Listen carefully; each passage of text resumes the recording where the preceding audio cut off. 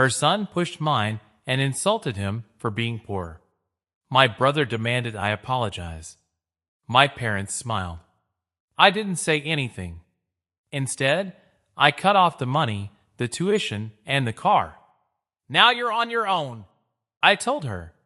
Their smiles froze on their faces. My name is Michael Miller.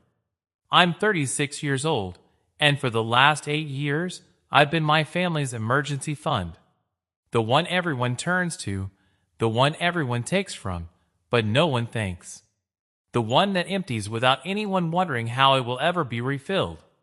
The one that seems not to exist until someone needs money. I work as a financial analyst at a mid-sized investment firm downtown.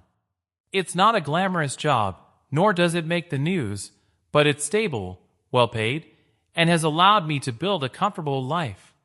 I don't seek luxury or public recognition. I seek tranquility. I am married to Laura, and we have a 9-year-old daughter named Emma.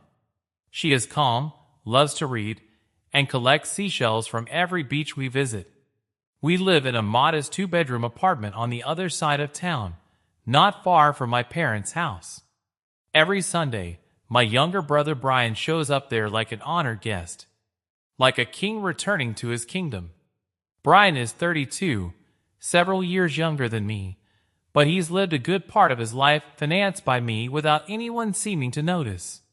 He drives a silver Audi Q5, always clean, always immaculate, the kind that turns heads in any parking lot. The funny thing is, the payments come from an account I opened years ago, with silent automatic transfers on the first of every month. Last year he finished an MBA at a prestigious institution, the cost of which exceeds the annual salary of many people. I covered approximately 70% of that program. Discrete transfers, labeled as loans, that were never intended to be repaid. They were never mentioned at family gatherings. They never appeared in their success stories. Their son, Lucas, is 13 years old. He's spoiled in a way I never was. He wears designer sneakers that I indirectly paid for. He has a phone that I financed without him knowing. He lives a life sustained by an invisible support he'll never acknowledge. My parents have always adored Brian. Always. He was the youngest, the charismatic one, the one who made everyone laugh at family gatherings while I did my homework in a corner or helped clear dishes that no one else wanted to touch. When he finished high school, they threw a party with Catherine and a rented hall. They invited half the neighborhood. When I graduated with honors in finance, they took me to a chain restaurant and split the bill 3 ways. I never complained. That's what older siblings do, isn't it?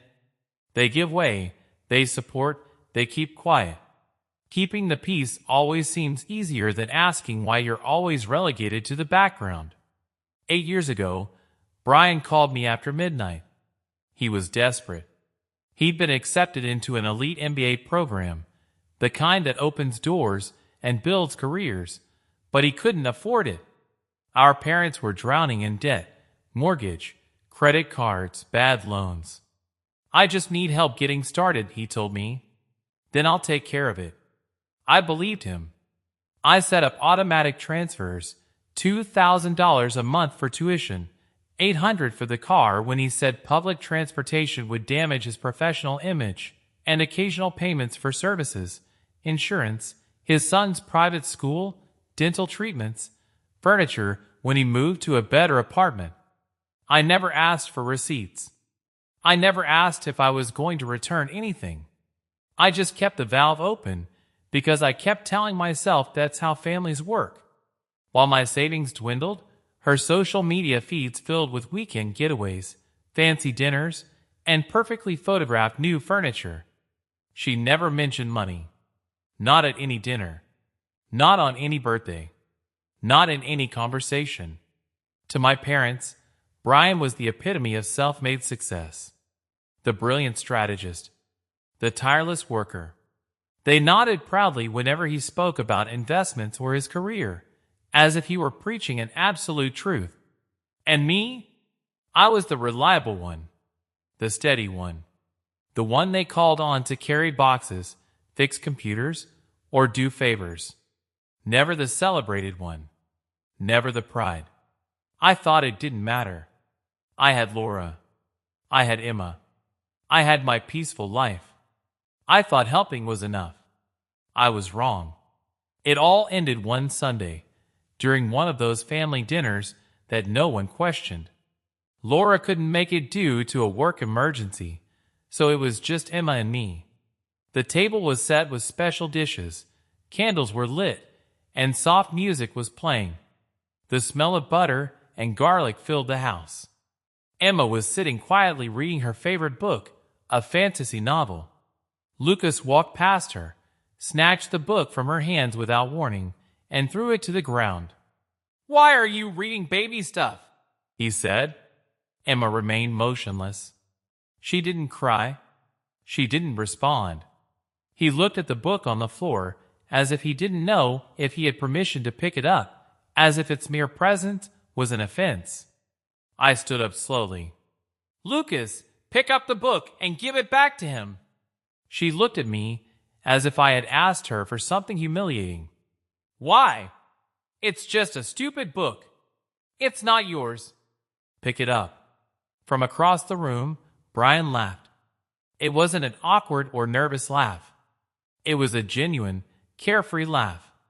And in that instant, I understood exactly where I belonged in that family. The laughter was authentic, carefree, as if everything that had just happened was nothing more than a harmless game. Just kids being kids. Nothing serious. At least that's what my mother seemed to think, as she continued setting the table with a soft, almost automatic smile, as if the scene in front of her fit perfectly into the category of boys' stuff. For her, it was nothing more than a passing silly thing that would be forgotten in 5 minutes. Lucas took the book and carelessly tossed it onto Emma's lap.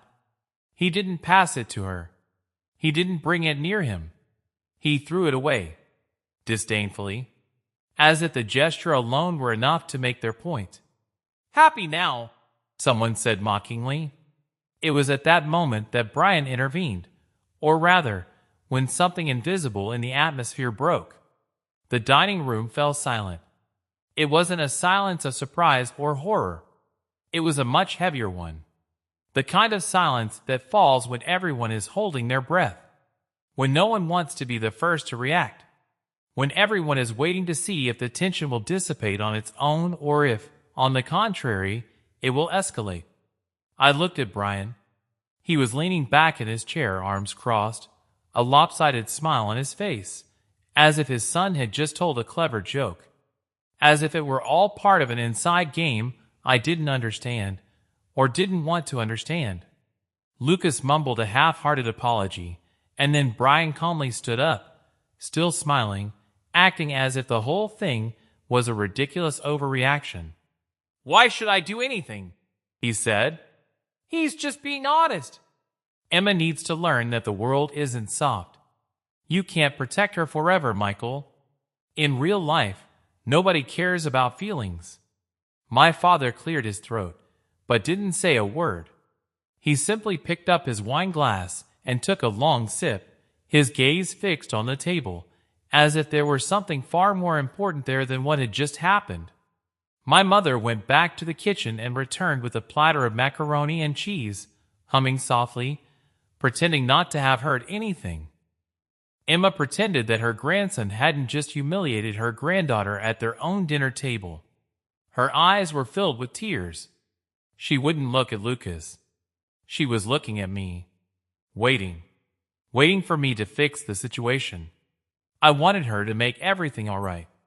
I wanted someone, anyone, to take her side. I knelt beside her and placed a hand on her shoulder. "Are you okay, love?" He nodded, but his lower lip was trembling. He clutched the book to his chest like a life preserver. I sat up slowly and looked at Brian, keeping my voice steady and controlled. "Your son just insulted my daughter at a family dinner. Aren't you going to do anything?" Brian shrugged, completely relaxed. "She's 13. Kids say things. You're exaggerating." "Am I exaggerating?" Yes, Michael. You are? Emma is fine. Look at her, she's fine. But now you made Lucas uncomfortable by calling him out in front of everyone. So maybe you should apologize. The words hit me like a slap in the face. Cold, direct, like a door slamming in your face. Do you want me to apologize to your son? Of course. For making a scene. For embarrassing him. My mother placed the serving spoon on the table with a slight clinking sound without losing her smile. Michael, honey, let's eat, she said. It's not worth getting upset about this. Family is family. My father poured himself another glass of wine without looking up. I glanced around the table. My parents were smiling as if nothing had happened. Brian, reclining with that expression of anticipated victory. Lucas, already distracted by his phone, as if the whole thing had ceased to exist. Emma, staring at her lap, clutching the book like a shield. I didn't raise my voice. I didn't argue. I didn't slam the door. I simply took Emma's hand and said 4 words. We're going home. Brian laughed behind me as I walked toward the door. Seriously, Michael? You're leaving over this? For nothing? I didn't turn around. The car ride was silent. Emma stared out the window, not saying a word. When we got to the garage, she finally spoke in a small voice. Dad, why didn't Grandma say anything? I didn't know what to say. The family group chat was already active as soon as we walked inside. Messages from my mother asking me not to be dramatic, not to complicate things. A message from Brian laughing, saying I was too sensitive, that I couldn't take a joke. My father didn't write anything. I stared at my phone for a long time, reading each message, feeling something inside me settle into a permanent state. It wasn't anger. It wasn't rage. It was clear. I didn't sleep that night. Laura arrived close to midnight.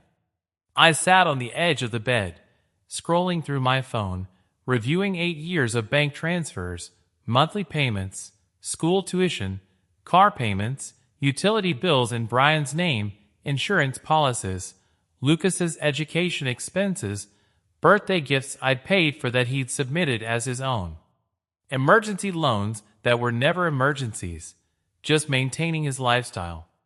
Laura sat down next to me, still in her work clothes. He didn't ask anything. He just waited. He always knew when to give me space. They wanted me to apologize, I finally said, to a 13-year-old boy who called Emma poor. Laura clenched her jaw. He didn't speak, but he held my hand firmly. I continued reviewing the figures. $2,000 a month for 6 years. $144,000 in registration fees alone. The car added another $57,000. Services, insurance, school supplies, loans. It all added up to a number I didn't want to finish calculating. More than $4 million. For what? So Brian could play at being a self-made man while I remained a reliable brother. So my parents could boast about their achievements at social gatherings while I remained in the background. The stable one. The boring one. The silent wallet that no one felt the need to thank. That night, I understood something I could no longer ignore. And I knew, with absolute calm, that nothing would ever be the same again. I couldn't stop thinking about Emma's face that night at the table. The exact way she looked at me, her eyes slightly open, searching for something she'd never had to ask for before. She wasn't asking for a gift or a promise. She wasn't asking for justice or revenge. Just protection. Just for an adult to do the right thing and set a clear boundary. That moment is etched in my memory because I understood that, for the first time, she was measuring the world through me. And I couldn't fail. I also remembered my parents' calm smiles, that awkward, automatic smile that always appeared when something got out of control, but no one wanted to intervene. The smile that sought to normalize the unacceptable, as if cruelty could be disguised as childishness. as if public humiliation were merely a harmless joke to be ignored so as not to upset anyone else, so as not to disrupt the family's artificial harmony. Brian's image kept appearing in my head again and again, standing there, arms crossed, observing the scene with a satisfied, almost amused grin.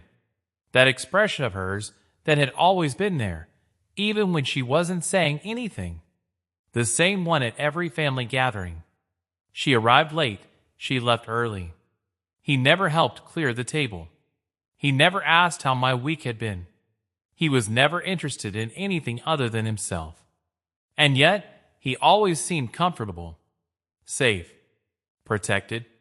He never acknowledged, not even implicitly, that his lifestyle rested, to a large extent, on my silence and my bank account, on transfers made without question, on favors that became obligations. It was a dynamic that no one bothered to question because it suited everyone. I thought about every birthday, every dinner, every holiday where her presence was brief but strategically visible, just enough to garner praise, enough to be celebrated. And in contrast, my constant role, to solve problems, to cover for them, to support, to be the one who was there when something needed to be paid for, when a problem arose, when someone needed a hand. I remembered the last time he called me, just 3 weeks ago. His tone was relaxed, almost affectionate, as if we were just two siblings catching up. He told me he had an unexpected expense. Nothing serious. It was never anything serious. Just $500 to tide me over until the next paycheck. "I'll pay you back next month," he assured me matter-of-factly. As always, I sent the money that same day. No questions asked. No strings attached.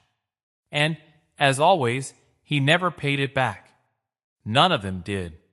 Because they never had to. Laura silently squeezed my hand. Her thumb drew small circles on my palm, a gentle, automatic gesture, as if trying to anchor me to the present. "What are you thinking about?" she asked gently, without being intrusive or demanding. I closed the banking app. I opened my contacts. I stared for several seconds at Brian's name next to that photo of him at a party, drink in hand, smiling carefree, like someone who'd never wanted for anything, like someone who'd never had to face the consequences. "I'm thinking," I told him, "that I've been invisible for 8 years. And the moment I tried to be seen, the exact moment I defended my daughter, they asked me to apologize for existing. Laura didn't try to convince me of anything. She didn't tell me to calm down or suggest leaving it for another day. She didn't downplay what had happened, nor did she try to find a middle ground. She simply nodded, rested her head on my shoulder, and stayed there, silently accompanying me, respecting the weight of what she had just understood. That simple, firm gesture confirmed that I wasn't exaggerating, that I wasn't alone. I didn't sleep that night. I stayed awake until dawn, staring at the ceiling, listening to the sounds of the house, mentally replaying every transfer, every automatic payment, every laugh at my expense. Every time my parents praised Brian while I was washing dishes in the kitchen. Every call asking for just a little help that, without me realizing it, had turned into years of constant, silent, and one-sided support. When the sun came out, I wasn't angry anymore. The anger had faded away. In its place was something colder and more stable. He was determined.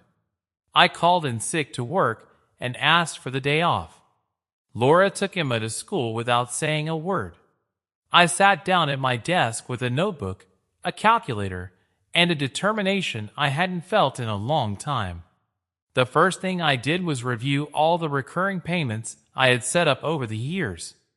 My university tuition, my car lease, basic services charged to my card, insurance premiums, everything, every financial thread I had silently held while Brian built his public image as a self-made man.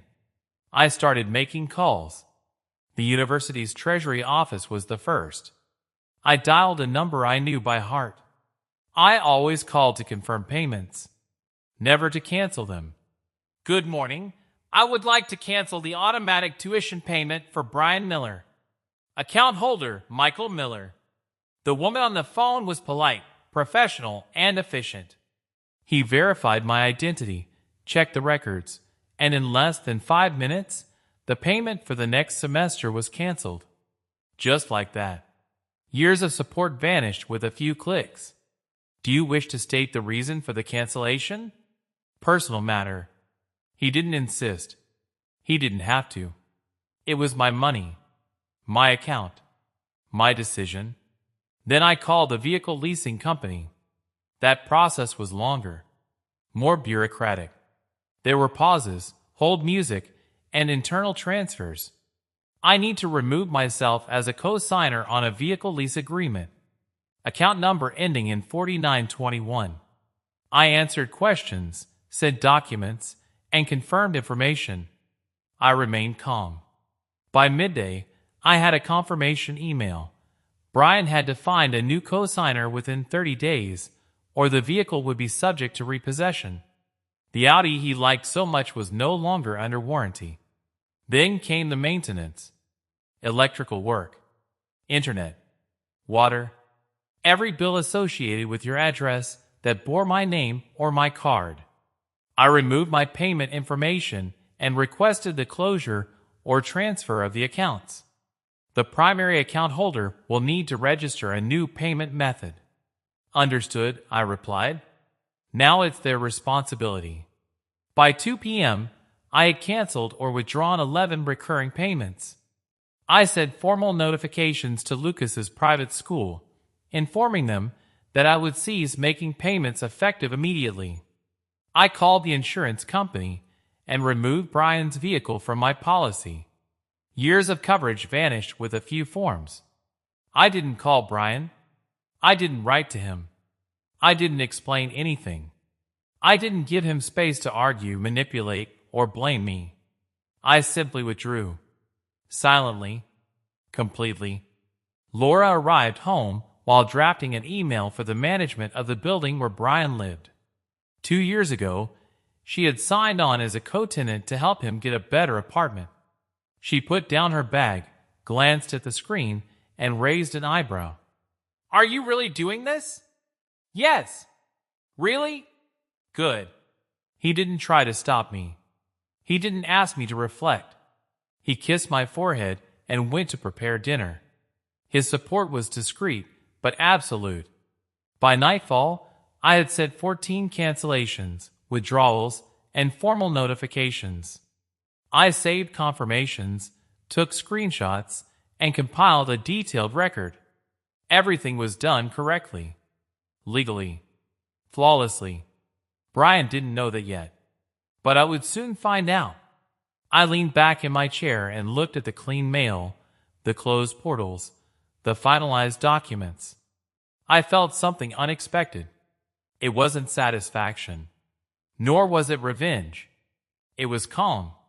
For the first time in 8 years, I wasn't sending money. I wasn't paying bills.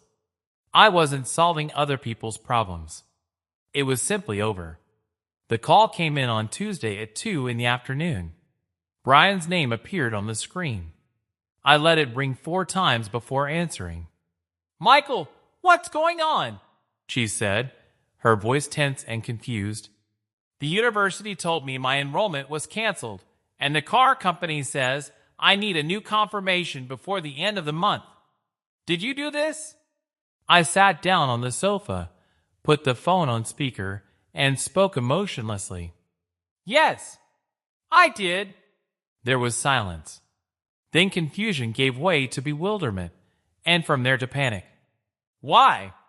Because I'm not going to pay for your life anymore. Are you serious? Absolutely. This is crazy. You can't cancel everything without talking to me first. I have bills to pay. Commitments I can't ignore. Lucas's school fees are due next month. Then pay them, he replied after a brief pause. Then came another silence. This one longer. I could hear him breathing on the other end of the line, trying to gather his thoughts, looking for a way to turn the situation around, as he always did when he felt cornered. "This is about Sunday, isn't it?" he finally said. "About that stupid argument between children." I didn't raise my voice. It wasn't necessary. "Your son called my daughter a poor thing. You demanded that I apologize." Mom and Dad sat there smiling as if nothing had happened. I paused deliberately. "So yes, Brian, this does have to do with Sunday. But it also has to do with the last 8 years." "What are you talking about?" "I'm talking about $144,000 in college payments, $57,000 in car leases, thousands more in services, insurance, and school fees. I'm talking about being your ATM for almost a decade while you played at being a self-made entrepreneur." Her tone changed. She was still defensive, but now there was something more. A crack. A hint of panic. "I was going to give you your money back. You know that." When things stabilize, when you manage to move forward, you have an MBA, Brian. You've had a stable job for 3 years. Last month you bought a 70-inch television. This summer you took Lucas to Disneyland. I was silent for a second. "At what exact moment did you plan to start giving me something back?" He didn't answer. The silence stretched on, heavy with everything he couldn't say without being exposed. "This is what's going to happen," I continued. "I've canceled all the automatic payments I made for you.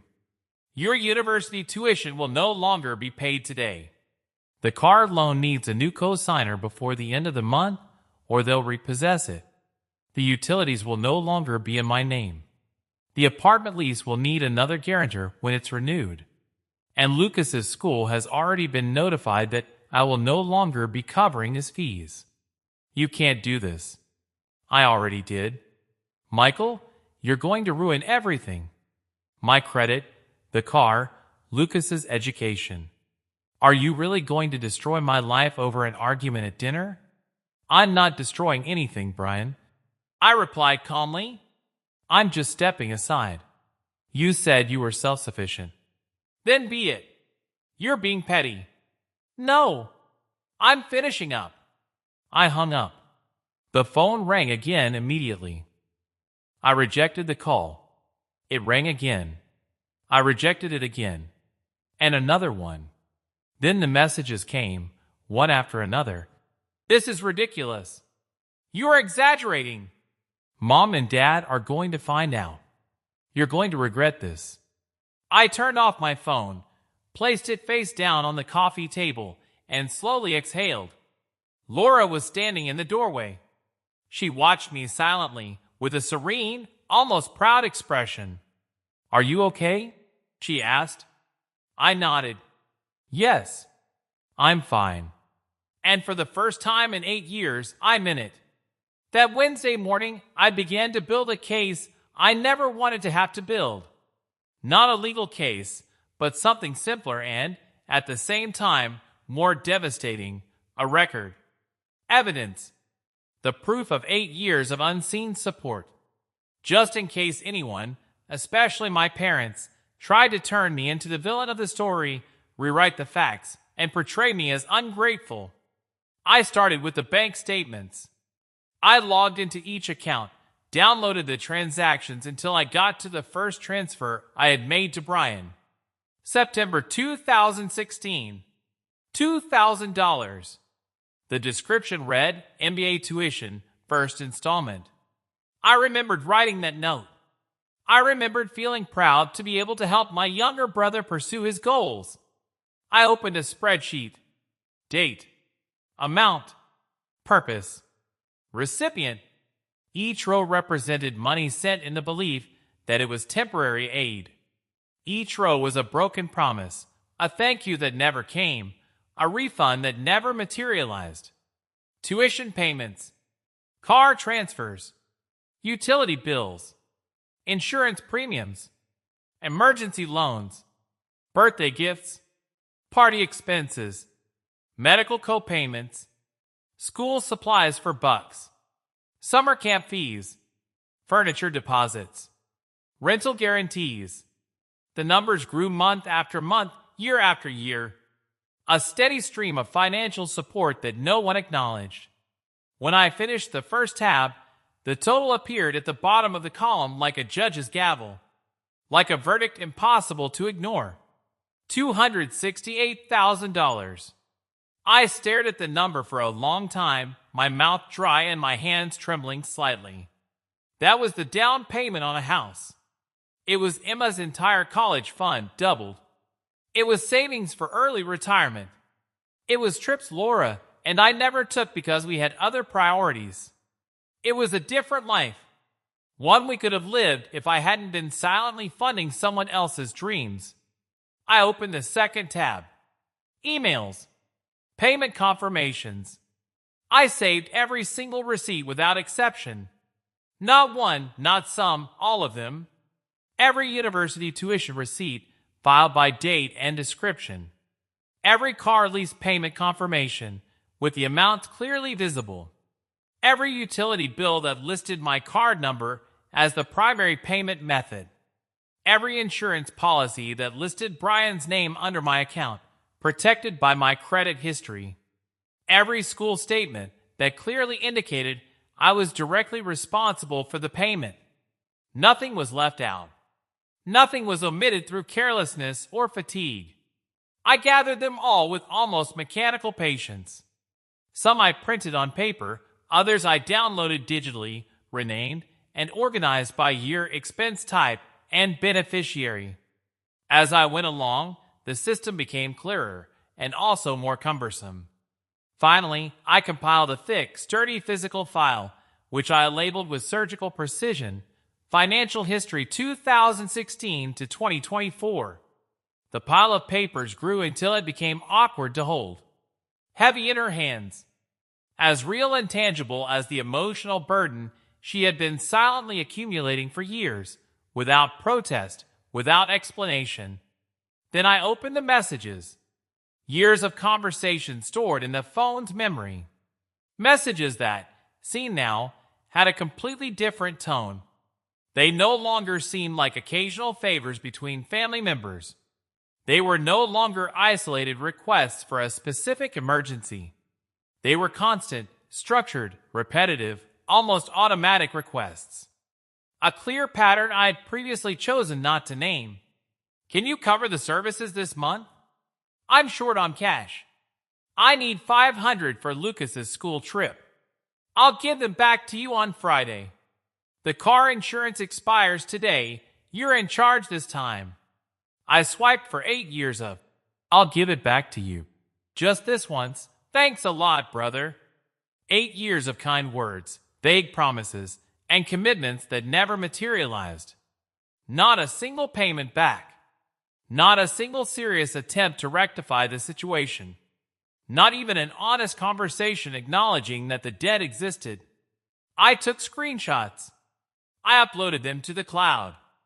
I saved them to an external hard drive. Then I made additional copies and stored them in separate folders. Not out of paranoia. I did it because I knew Brian. Because I knew my parents. I knew exactly what would come next. Minimizing, relativizing, denying, implying that I was exaggerating or misremembering. I knew they would try to sow doubt, even in me, when things finally came to light. Then I opened the family chat. I went back year by year, message by message. Birthday greetings where my parents celebrated Brian's achievements. Photos of family gatherings where he appeared smiling in front of the Audi I paid for month after month without anyone mentioning it. Pictures of expensive vacations, weekend getaways, and pricey restaurants. None of them were funded by his hard work. Proud posts about Lucas's academic progress at a private school, covered entirely by my monthly transfers. I didn't take screenshots of that. It wasn't necessary. I just needed to see it clearly, to keep it in mind for when they tried to make me feel guilty. By the time they wanted to portray me as the villain for finally setting a reasonable limit, Laura knocked on the office door around noon. She came in with a sandwich and a bottle of water, with that quiet caution she always displayed when she sensed something serious was happening. "You've been here for almost 4 hours," she said gently. "I'm almost finished," I replied without looking up. She placed the plate on the desk and stared at the screen for a few seconds. Her expression was impossible to read, but her shoulders tensed slightly. "That's a lot of money." "Yes," I admitted. "Are you okay?" I closed my laptop and rubbed my eyes. I felt a strange mix of tiredness and clarity, as if something had finally settled. "I'm realizing I've been funding someone else's life while neglecting my own," I said. "We were barely scraping by, using secondhand cars, postponing vacations, and Brian was acting like he'd achieved everything on his own merit, all sustained by my silence." Laura sat on the edge of the desk and took my hand. "What are you going to do with all this?" "Nothing," I replied calmly, "unless they force me. If Brian or my parents try to paint me as the bad guy, I'll show them exactly what I've been carrying for 8 years. And if they don't, I'll leave quietly and let the consequences do the work I couldn't." He kissed my forehead, put down the sandwich, and left the office without another word. I spent the rest of the day finalizing every detail. I printed a master copy of all the financial records, bound it with a black cover, and put it in the desk drawer. I emailed the files to myself. I made more backups. I checked dates, amounts, and documents. I made sure nothing could be lost or deleted by accident or someone else's convenience. By nightfall, the file was complete. Every single dollar, every favor, every silent sacrifice. 8 years of invisible work documented with almost surgical precision. I hadn't intended to show it to anyone. But if Brian or my parents tried to rewrite history, I had the receipts to correct it. I shut down my laptop, turned off the desk lamp, and walked into the living room. Emma sat reading her book, calm and oblivious to the chaos I was silently causing miles away. She looked up and smiled confidently. "Dad, will you help me with my homework later?" "Of course, sweetheart." And at that moment, everything else ceased to matter. The collapse began Thursday morning. I didn't witness it firsthand.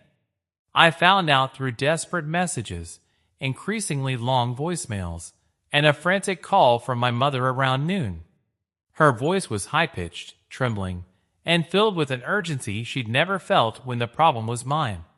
Brian's world began to unravel at precisely 8:47 a.m., when his internet connection dropped mid-Zoom meeting with a client.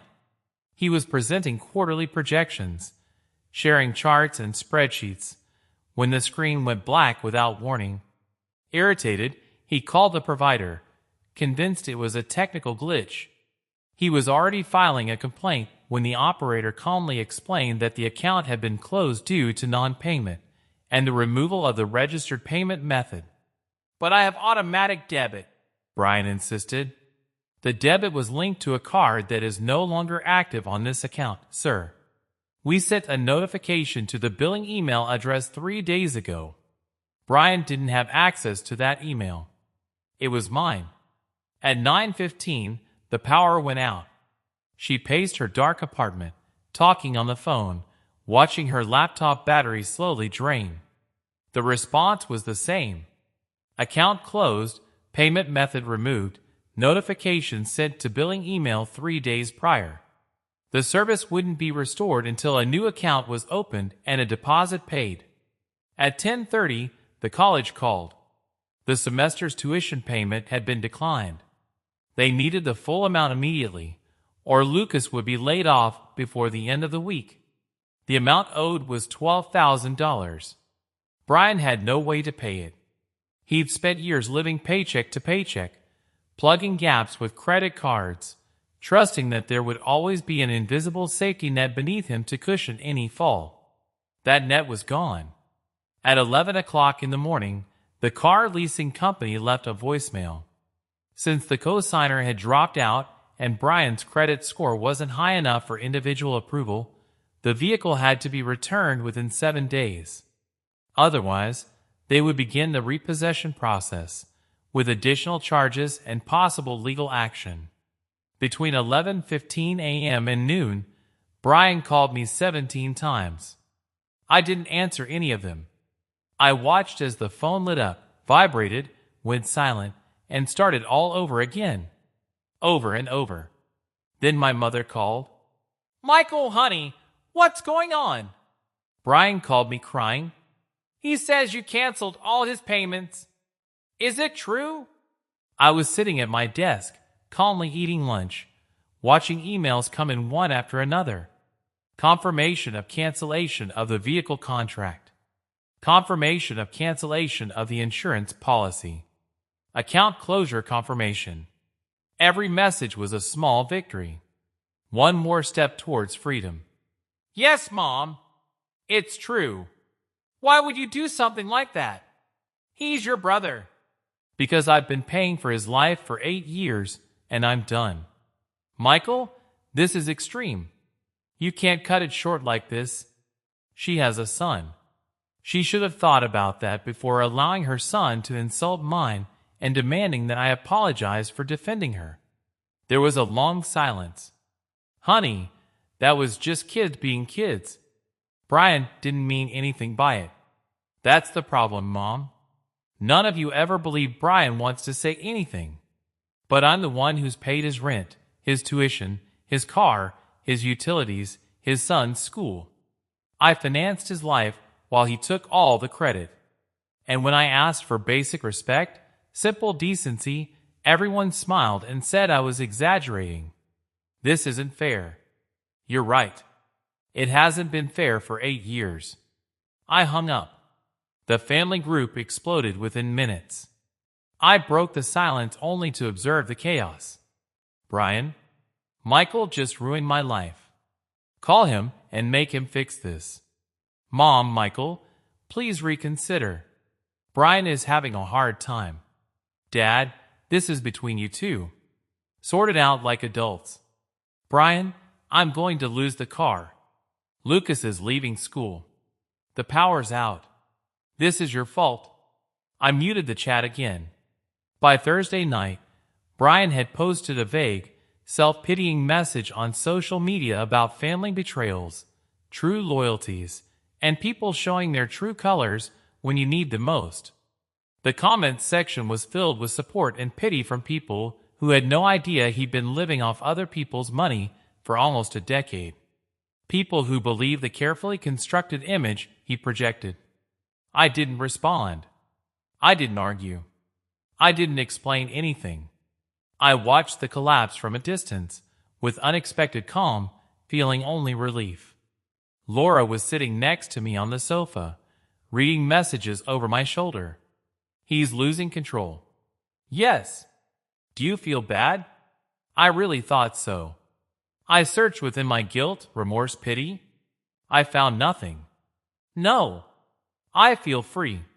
On Friday morning, Brian showed up at my building. I saw him through the peephole.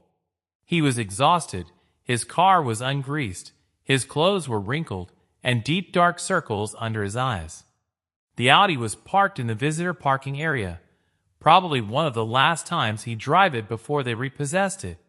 He knocked on the door. He knocked again. Then he pressed the doorbell 3 times in a row, each time with more desperation. I didn't open the door. Finally, she left a voicemail, her voice breaking. "Michael, I know you're there. We need to talk." "I understand. I was wrong, but you can't do this. I'm going to lose everything. Please call me." I deleted the message. Emma came into the living room with her book in her hand, completely unaware of what was happening. "Was that Uncle Brian?" "Yes." "Are you going to talk to him?" I knelt in front of her, gently brushed the hair away from her face, and looked into her eyes. "Not now, darling." She nodded, hugged me tightly, and went back to her reading. Brian never apologized for what Lucas said. He never acknowledged the 8 years of silent support. He just wanted his money back, his safety net restored, for everything to go back to the way it was. That told me everything I needed to know.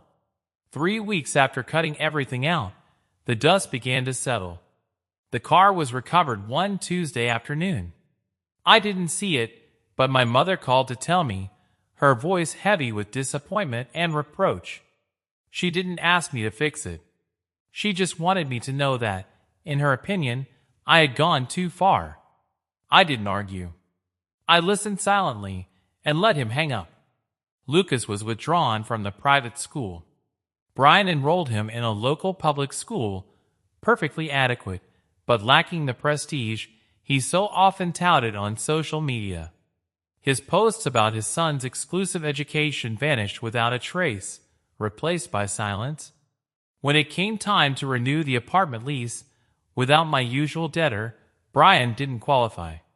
She moved to a smaller place on the other side of town, closer to her job and farther from my parents. No amenities.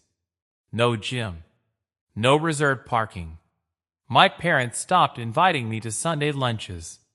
Not explicitly. They simply stopped writing and calling. The family group chat fell silent for me. I'm sure they created another one without my number.